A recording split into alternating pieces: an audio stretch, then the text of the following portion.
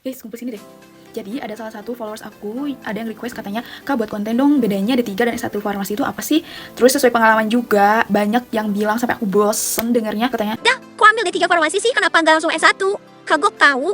kayak, ah, sama aku bahas tuntas di video akhir, bisa jadi penentu kalian yang memang masih bingung antara ambil D3 atau S1 farmasi. Untuk D3 farmasi, yaitu masa pendidikannya selama 3 tahun, sedangkan S1 itu 4 tahun. D3 farmasi itu lebih diutamakan praktek 60% dan teorinya itu 30%. Kebalikannya, kalau S1 itu 30% praktek, 60% teori. Kenapa sih diutamakan teori? Karena kalau untuk S1 farmasi itu lebih diutamakan untuk sekolah lagi, yaitu ambil profesi apoteker selama 1 tahun. Tapi dari banyaknya teman-teman gitu ya, yang memang ada yang udah pernah lulus juga, terus ada yang dilanjut profesi apoteker, ada yang juga kerja dulu deh. Soalnya sekolah profesi itu enggak mudah, enggak murah.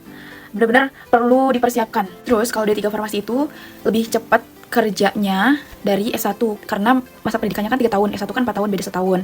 Terus D3 farmasi itu mempunyai lulusan sebagai petugas yang terampil kompeten. Sebenarnya D3 juga bisa lanjut profesi apoteker, cuman tahapnya lebih panjang dari S1. Jadi D3 tuh harus ke S1 dulu. Itu istilahnya program ekstensi atau alih jenjang. Jadi masa pendidikannya dari D3 ke S1 ini 1,5 tahun. Setelah itu bisa lanjut sekolah lagi profesi apoteker. Itu jaraknya sama kayak S1 ke profesi apoteker, hanya 1 tahun.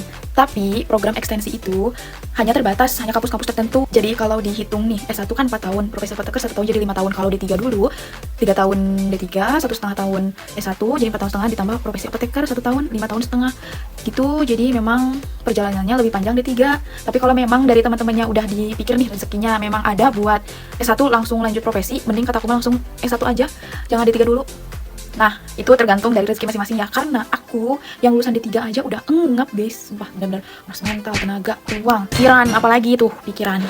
Terus lanjut lagi. Nah, yang paling dibutuhkan dalam bekerja di instansi kesehatan yaitu ada yang namanya STR-TTK, Surat Tanda Registrasi Tenaga Teknis Kefarmasian. Sebenarnya lulusan D3 dan S1 itu setara, tidak ada yang membeda-bedakan kecuali dia memang udah profesi apoteker. STR itu dokumen resmi dari pemerintah yang membuktikan bahwasanya tenaga vokasi farmasi ini udah terverifikasi petugas kompeten buat bekerja sebagai nakes. Tapi sangat disayangkan teman-teman, untuk sesuai dengan peraturan terbaru yang RUU Kesehatan nomor 17 tahun 2023 mengatakan kalau S1 farmasi udah nggak dapat STR. Jadi diwajibkan habis lulus S1 lanjut sekolah profesi apoteker. Tapi tenang teman-teman, dari S1 tuh bisa dapat STR. Tapi ya itu pas profesi apotekernya ada yang namanya istilahnya itu SIPA, Surat Izin Praktek Apoteker.